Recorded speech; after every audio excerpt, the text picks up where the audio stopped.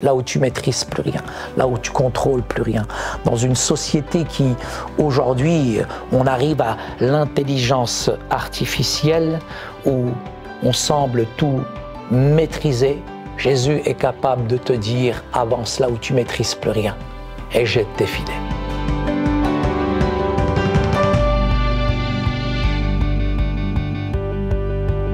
Bonjour à toutes et à tous, salam el-Masih, shalom alaikum, très heureux d'être encore avec vous, mes chers amis de TBNFR. J'aimerais aujourd'hui vous lire un texte dans Luc au chapitre 5 et je ferai cette lecture à partir du verset 1er où il est écrit. Comme Jésus se trouvait près du lac de Génazareth et que la foule se pressait autour de lui pour entendre la parole de Dieu, il vit au bord du lac deux barques, d'où les pêcheurs étaient descendus pour laver leurs filets. Il monta dans l'une de ces barques qui était à Simon. Il le pria de s'éloigner un peu de terre. Puis il s'assit et de la barque, il enseignait les foules. Lorsqu'il eut cessé de parler, il dit à Simon, Simon en arabe qui veut dire sma, celui qui entend, avance en pleine eau et jetez vos filets pour pêcher. Simon lui répondit, Rabbi, maître, nous avons travaillé toute la nuit sans rien prendre, mais sur ta parole, je jetterai le filet.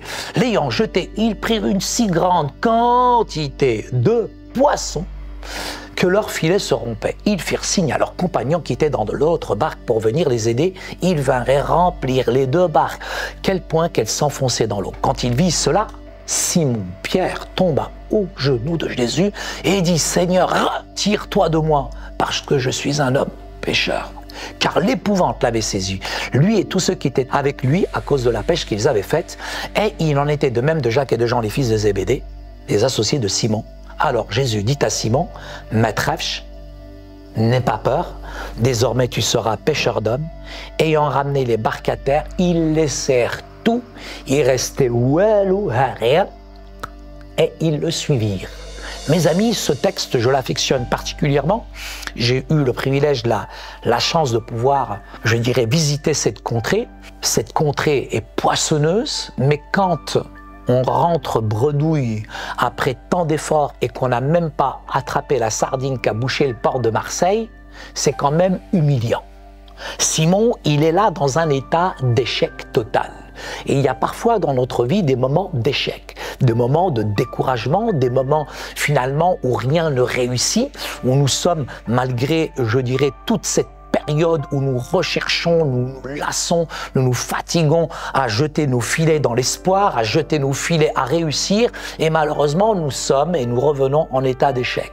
Simon, il est au bord du rivage, alors qu'il est en train de laver les filets. Ce n'est pas un hasard que Jésus passait par cette contrée-là, parce que Jésus passait de temps en temps. Mais là, la parole de Dieu fait écho, la parole de Dieu se fait entendre.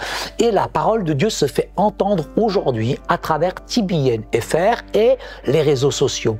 Et parfois, cette parole, nous devons véritablement la prendre, la saisir lorsque Jésus passe au bord de votre rivage, lorsque Jésus vient dans cette contrée de vos cœurs, lorsque Jésus, à travers ces masses médias, aujourd'hui vient pénétrer finalement à l'intérieur même de votre maison, nous devons écouter cette parole, mais en même temps la recevoir. Nous avons l'impression de ceci, c'est que Simon, il est au bord du rivage, effectivement, il est lassé, il est fatigué, il est dans un état vraiment de faiblesse.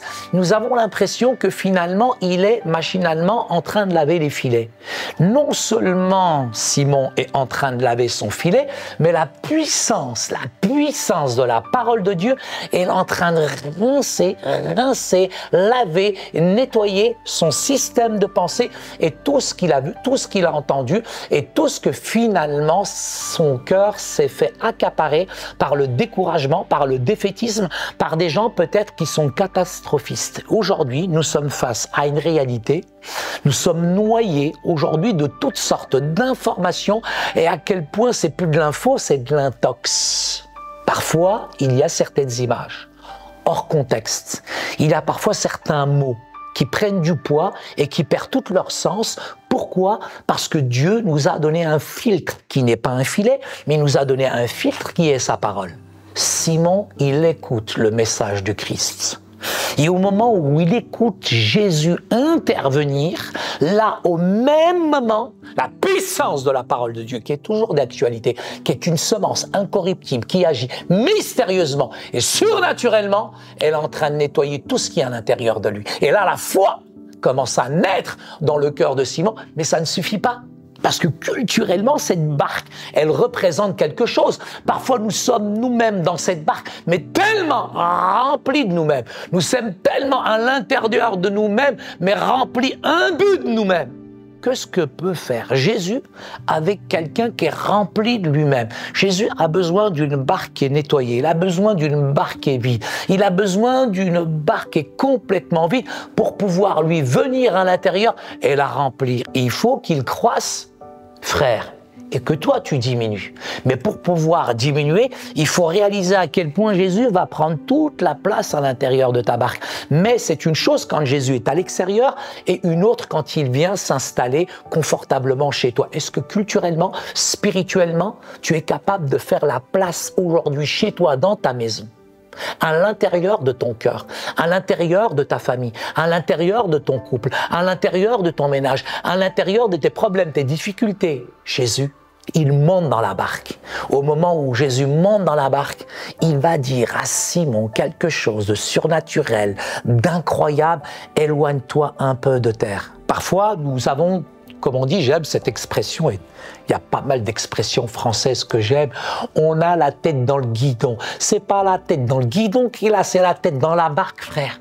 Il a tellement la tronche, la tête dans la barque, qu'il voit même pas le rivage, qu'il voit même pas l'extérieur. Jésus le décolle. Jésus le ramène hors de sa zone de confort. Jésus l'éloigne pour qu'il ait une autre perspective, finalement, des problèmes et des difficultés qui se sont accumulés. Au moment où Jésus lui demande de s'éloigner un peu de la barque, là, on peut dire que Simon, il perd pied. Mais c'est bien de perdre pied. C'est bien finalement d'être entre le ciel et la terre et pas de savoir finalement où on va. Nous sommes dans une société qui est millimétrée, chronométrée, où finalement aujourd'hui avec tous les réseaux sociaux, je dis pas que c'est pas bien, mais il faut savoir s'en servir, on n'est jamais tranquille, on a même perdu une certaine sensibilité. Mais nous avons besoin parfois de perdre contrôle et Jésus te ramène finalement où tu maîtrises plus rien. Et là, au moment où Simon ne maîtrise plus rien, il est hors du temps, de l'espace et de tous les éléments. Il n'y a qu'une chose, il s'accroche encore à Jésus. Et Jésus va lui dire, Jésus qui est n'oublions pas, Jésus de Nazareth. Yeshua al-Masih min Nasira. Jésus de Nazareth qui est un charpentier, un bec-bois. Il a travaillé le bois avec son père, avec sa famille, pas très loin de cette ville de Nazareth, puisqu'il y avait une grande ville romaine avec de grandes constructions. C'était une véritable ville, je dirais, immense romaine. Donc Jésus ne maîtrisait que ce métier. Et Jésus vient voir le commandant Cousteau, le patron de Thalassa, et lui dire « Mais vas-y, jette tes filets, mais t'es qui toi ? Pour me dire comment je vais pêcher. Je connais les fonds marins, je connais les poissons, je connais la technique, la méthode de la pêche mieux que toi. Et toi, le charpentier là de Nazareth, Zama, toi, tu vas me donner une leçon. Simon, Simon, qui veut dire Sma. Et il entend. Est-ce que tu entends? Est-ce que tu peux entendre? Est-ce que tu peux entendre cette parole de Jésus? Jésus dit, va en eau profonde. Va où tu maîtrises plus rien. Va où tu vas être de plus en plus dépendant de Dieu, et pas des réseaux sociaux, pas ton portable et toi qui devient insupportable. Nous avons besoin de faire taire toutes ces choses-là aujourd'hui et entendre la puissance de la parole de Dieu. Prends cette Bible, prends cette parole, enferme-toi et entends la puissance de la parole de Dieu. Jésus va lui dire, avance en pleine eau. Là où tu maîtrises plus rien, là où tu contrôles plus rien. Dans une société qui, aujourd'hui, on arrive à l'intelligence artificielle où on semble tout maîtriser, Jésus est capable de te dire, avance là où tu maîtrises plus rien et jette tes filets. Simon va lui dire, Seigneur, j'ai travaillé, j'ai transpiré, j'ai prêché, j'ai œuvré, j'ai tracté, j'ai tellement fait, et voici mon ministère. C'est un échec. L'Église me fatigue, les chrétiens me fatiguent, les gens me fatiguent. Jésus, j'ai tellement œuvré, j'ai même pas réussi à remplir cette église que tu m'as confiée. On est dans le quantitatif, mais Jésus, il est dans le qualitatif. C'est pas tellement une croissance, mais c'est plutôt la qualité du cœur qui entend. À ce moment-là, Simon qui dit à Jésus, j'ai travaillé, j'ai œuvré, j'ai transpiré. Je me suis battu, je me suis saigné. Je suis en situation d'échec. Simon, il ne dit pas c'est sur mon charisme pour certains, sur mes compétences, sur mes titres, sur mes capacités. Parce que beaucoup se gargarisent dans le succès, mais le succès, si tu l'as, c'est grâce à Jésus. Si tu as attrapé autant, si ton église, aujourd'hui, tu en es à ce 2e, ce 3e, ce 5e culte, tu crois que c'est grâce à toi? Toute la gloire revient à Jésus. Simon ne va pas dire ce sont mes capacités, je suis un excellent orateur. Simon va dire Seigneur, sur ta parole. Et la parole de Dieu, la Bible, la parole de Dieu, elle est d'une puissance qui est toujours d'actualité. Elle est ce marteau qui brise le roc, qui change, qui transforme, qui libère encore aujourd'hui. Et à quel point notre foi doit s'appuyer sur la puissance de la parole de Dieu qui est toujours d'actualité, qui est capable de bouleverser, changer, transformer, guérir encore. Elle est capable de faire de grandes choses. Elle n'a pas dit son dernier mot. Cette parole, elle doit prendre naissance dans ton cœur, dans ta vie. Elle est cette semence qui est puissante, qui est vivante. Et Jésus te donne cette parole. Prends cette parole. Sur ta parole, je vais jeter le filet. À ce moment-là, il est dans l'obéissance. Parce qu'on peut croire et rester dans ses erreurs. Mais la foi et l'obéissance vont de pair. Et là, à ce moment-là, quand il associe véritablement la foi et l'obéissance, il jette les filets, mais il est prêt. Est-ce que tu es prêt? La question est une question cruciale aujourd'hui. Est-ce qu'on est prêt à recevoir cette parole? Non seulement Simon, il est prêt, mais en même temps, il reçoit la bénédiction. Au moment où Jésus lui dit, jette les filets, il est prêt, il est préparé, il jette les filets. Aujourd'hui, le filet, il a pris différentes formes. Aujourd'hui, il a pris peut-être différentes couleurs. Je ne sais pas quel est ton filet, quelle sorte de filet tu vas utiliser. Parfois, il y a des filets dans lesquels nous-mêmes on fabrique et on tombe, mais le filet de Jésus te libère et il te donne la bénédiction. Au moment où il jette le filet, la bénédiction arrive. Mais au lieu de s'enorgueillir, au lieu de dire « Regardez, qu'est-ce que tu as accompli ?» Non, il s'abaisse, il est convaincu de péché, de justice et de jugement. Il est saisi, une crainte, une sainte crainte s'empare de lui. Et il va dire une chose, « Seigneur, Seigneur, éloigne-toi de moi parce que je suis pécheur. » Al-Khatiya, Al-Khata, le péché. Il nous colle à la peau, de la plante des pieds jusqu'à la racine des cheveux. Qui peut me libérer? Qui peut me changer? Qui peut me transformer? Il y en a un, il a payé le prix. Il y en a un, il a donné sa vie. Il y en a un, il a tout payé pour toi. Il y en a un, il est mort pour toi. Il y en a un, il est ressuscité pour toi. Yeshua al-Masih, Jésus, lui seul a payé le prix pour toi. Au moment où Simon réalise qui il est réellement, il s'abaisse devant Jésus.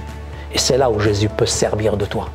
Quand il verra ton humilité, quand il verra ton abaissement, quand il verra un cœur contrit, et tu diras, n'aie pas peur, parce qu'aujourd'hui ce sont des hommes que tu vas pécher. Simon, il allait vers des poissons qui étaient vivants, qui allaient finir par être morts. Mais toi, Dieu, il va t'envoyer vers des morts vivants, walking dead, pour t'amener véritablement à leur communiquer la vie. Yeshua al-Masih, Yeshua al-Masih, il est vivant, il est la vie et il te donne la vie. Très chers amis de TBNFR, je serai très honoré pour vous retrouver sur un nouveau message. Que Dieu vous bénisse et jette tes filets, wesh. Il y a une pêche miraculeuse à faire autour de toi, dans ta famille, dans ton pays, dans ton environnement et dans les bénédictions, dans la faveur que Dieu veut pour toi. Mais Issam Yeshua al-Masih, dans le nom de Yeshua, Amen. Merci pour votre fidélité, pour votre suivi qui est régulier. Nous apprécions. TBN est une famille, une grande famille. Merci de liker et de partager autour de vous et à très très vite sur TBNFR.